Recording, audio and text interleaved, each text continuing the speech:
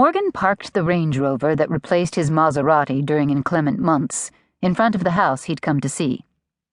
Unlike Rick's western log house and cabins, this single-level ranch was nothing special. A rectangle with a peaked center. Probably a low cathedral ceiling in the living room.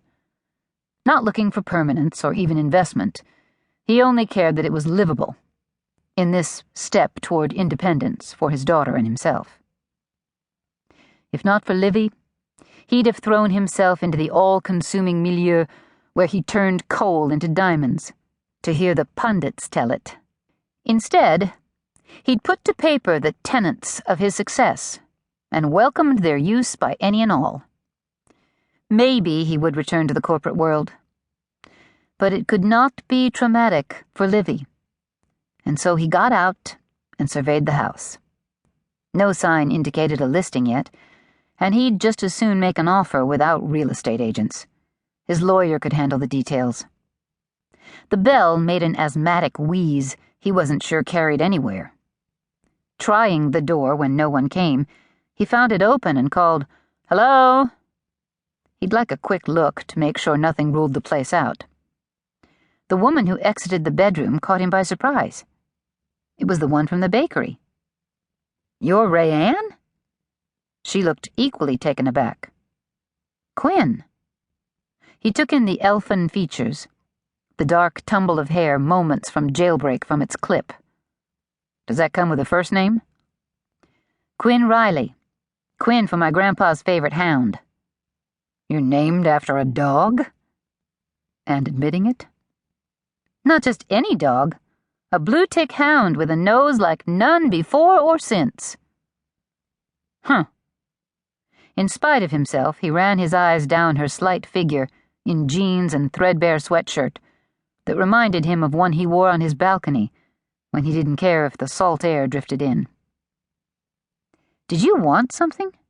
She placed her hands on her hips. "To see Rayanne about the house." "Oh, she flew home. I have a number, though." "That would be good." He looked around. "Can I walk through?" "Not easily. I'm going through Vera's stuff." "I just need a sense of the place, to see if it works." "For you?"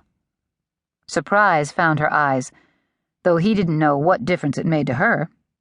He cocked his head. "Is that a problem?" "Not for me. I'm just doing a job." He nodded. "I'll take a quick peek and get out of your way." She shrugged and went back to the bedroom. At least he thought there was a bed under the heaping clothes. Quinn pulled a pair of pants from a drawer and checked it methodically. Pockets, lining, seams, then added it to the pile on the bed. "Looking for something?" "I'm sorting." "Thoroughly." She cast him a look.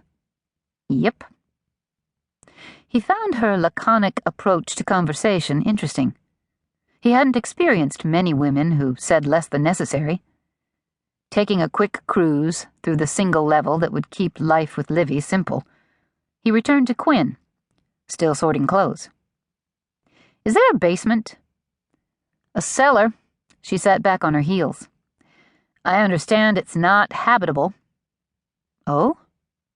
"This house was built on the foundation of an asylum." "No way."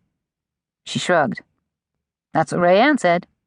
They sent people up the mountain to rest their minds."